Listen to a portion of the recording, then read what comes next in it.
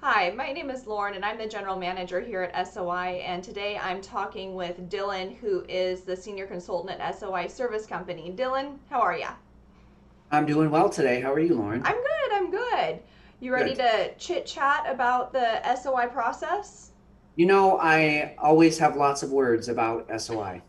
Well, I'm glad. So, today we are going to cover the SOI process from start to finish. And to put it very simply, what SOI does is we assess learning abilities, we identify learning abilities, and we train learning abilities.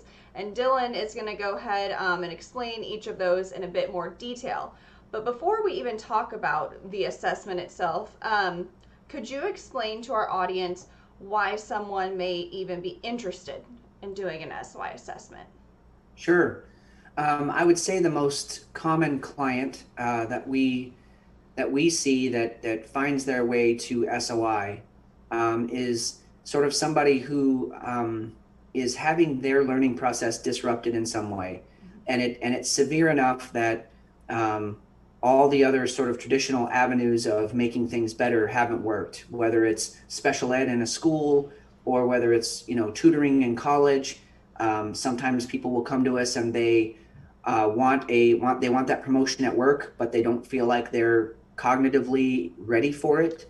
Mm-hmm. And all the way to our reentry population that are just trying to put their lives back together and really trying to figure out where things went off the tracks in the first place. So that's kind of our most common client is someone who knows there's a disruption, knows there's a problem, has no idea what it is, and or they've been told the wrong things as to what it is. Mm-hmm. And for instance, you're told it's ADHD, you get put on medicine, and that doesn't help. And then the doctors go, well, that's all we have for you. And now what? Yeah. So I think we're kind of the answer to that last question. Now what? Mm-hmm.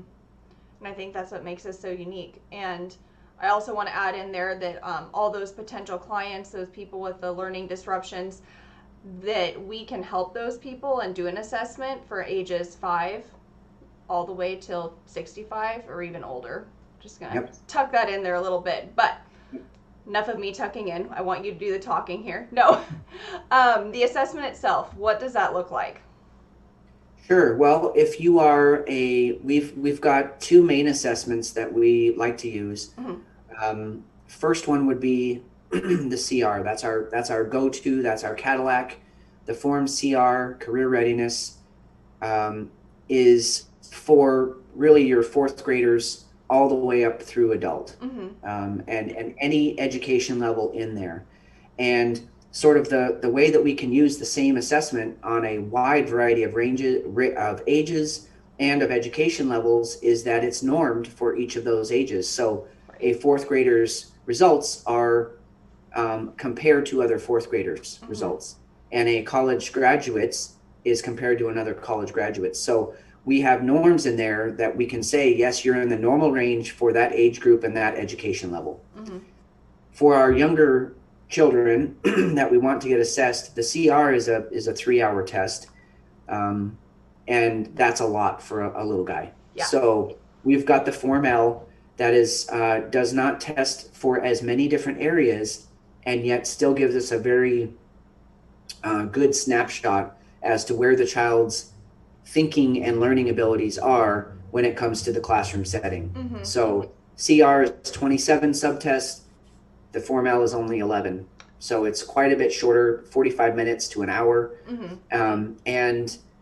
And in some ways, I will tell you what I've learned over my time is that in some ways, the Form L almost takes more expertise to administer, because you find out so much more if you can have a conversation with the child while they're going through it and have them explain things to you. And so you actually end up getting a pretty broad picture of their learning, Mm-hmm. even though it's only those 11 assessments. So, and that the assessments, what makes them both very unique, and it's based on the SOI model, of course. And we move you all through different content areas. So some of the tests have to do with shapes, and which is figural. Mm-hmm. Some of the tests have to do with spelling or math, that's symbolic. And then some of the tests have to do with words and reading, and that's all semantic. And so we don't just get a snapshot like an IQ test where they test for basically only two of those areas and say you have an IQ of X, we say, look, you're really good in some areas and in others you need some work. Or you're strong in all content areas, but you have a problem with systems. And so the precision of our SOI model really allows us to get so much information out of only 27 or 11 assessments. Absolutely. And so after that assessment has been completed, which is the cognitive side of our assessments, I know we also have our IPP assessment that some clients may do as well. Can you talk a little bit more about that side of the equation? Sure. So one thing that Dr. Mary Meeker and Dr. Robert Meeker started noticing in all of the CR tests that they were getting back, not only that they were doing, but that people they had trained were sending in to have either the analysis run or whatever, one thing that kept popping up over and over were vision issues, auditory processing issues, and sensory motor issues. And so the research began into how are we going to correct these things, particularly when they're a bit more severe than just, well, we want you to sit down and do a paper and pencil module. The modules are highly effective, but sometimes the problem runs deeper or is just more severe than a paper and pencil module will get you through. So the development of integrated practice protocol, IPP, was started with the help of Diane Hochstein. She was their test site. She piloted all of the IPP assessments and all of the exercises, and had the sort of the pre and post outcomes to show to Mary and Bob that yes, this is effective. We need to tweak this a little bit. Let's try this with this. And so it was this give and take, it was the scientific process. Let's put a theory out there. Yes, it worked. Let's keep it. No, it didn't work. Let's change it. So IPP was developed for those more severe physical issues. And by physical, I just mean where the brain is not communicating to one of your sensory areas, whether it's the eyes, ears, or body. And we need to strengthen that connection in order for the learning process to not be disrupted the way it is for so many people. So that is, and the IPP assessments are much more, as you would imagine, much more on the physical side. Sure. They're actual physical screenings where we look and see what the eyes can and can't do. We look and see, does the person have balance or not? Can the person follow a system with their body? So we have all of these physical things that come way before the learning process. See, when a child arrives in school as a kindergartner, we just assume all those things are intact and intact enough, like at 100% level, so that as a teacher, I can just download and they will assimilate, and then we move on to first grade. And what if there are gaps? What if some of those things are not developed or not developed enough? And so that's where IPP really comes in and shines.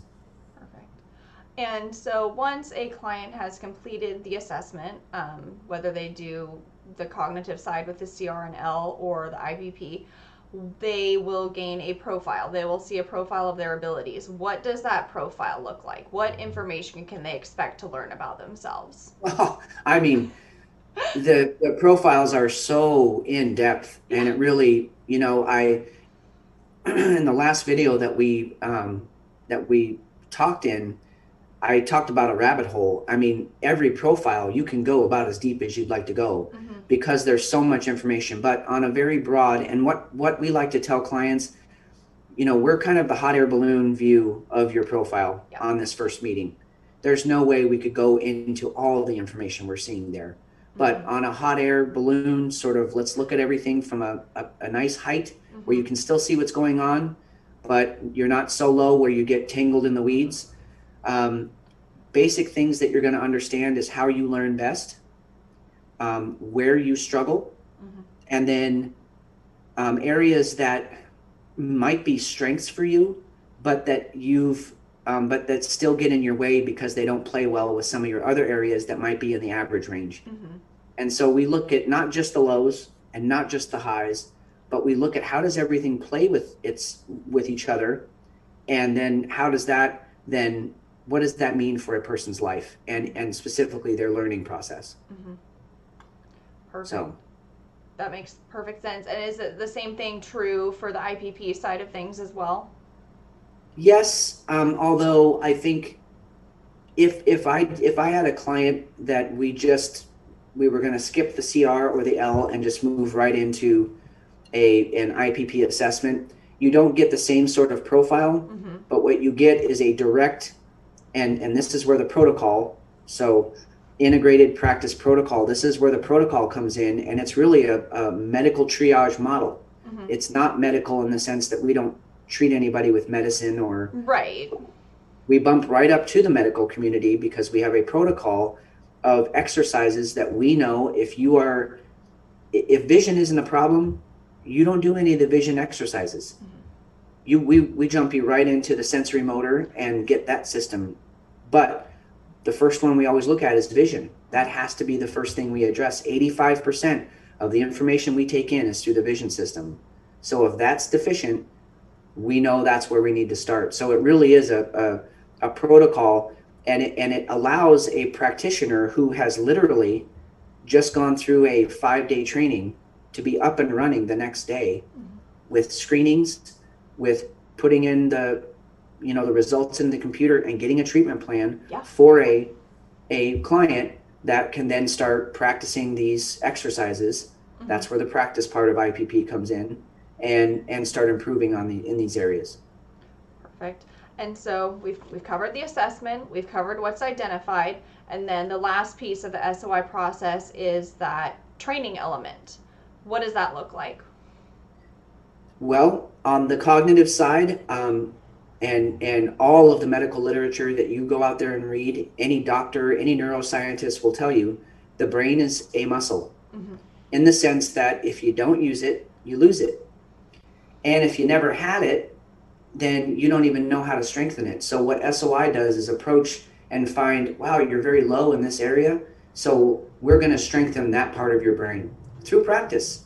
We're going to start at a very elementary level, if that's required, and bring you all the way up to a level where that issue doesn't get in your way anymore. And if you'd like to take it further, then we can take it into something that you get very good at. Just like riding a bike. And the whole process, the whole concept of neuroplasticity, once we train a specific ability, it's yours, you own it. And it's one of the things that I found so special about SOI is it's not like you need to this isn't a perpetual, you have to keep coming back in and getting treatments. You come in one time for the assessment, then we start our training process, and typically anywhere from 6 to 12 months after that time, you will be up and running and you don't ever have to see us again.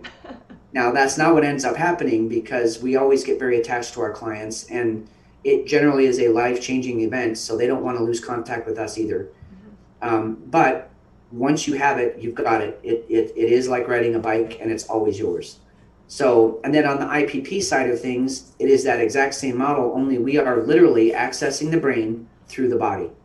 So we are training the eyes to communicate with the brain, to get one consistent picture into the brain, so that reading goes more smoothly, sports go better. The list goes on and on of all the things we do with our eyes, eye contact and conversations. And then we will work on the sensory motor issues.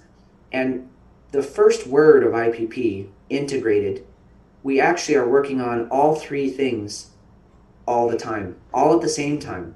So we never just say, well, just stand here and look at something.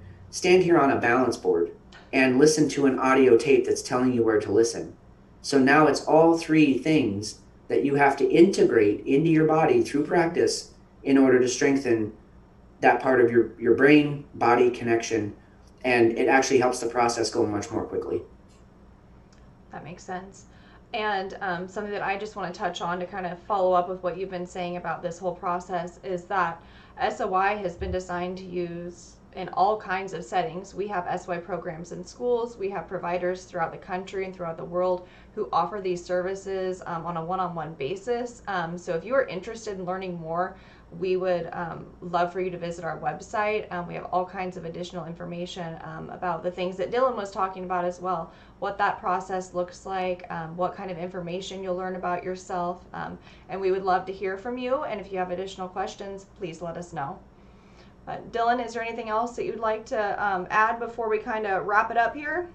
No, that was a great synopsis there.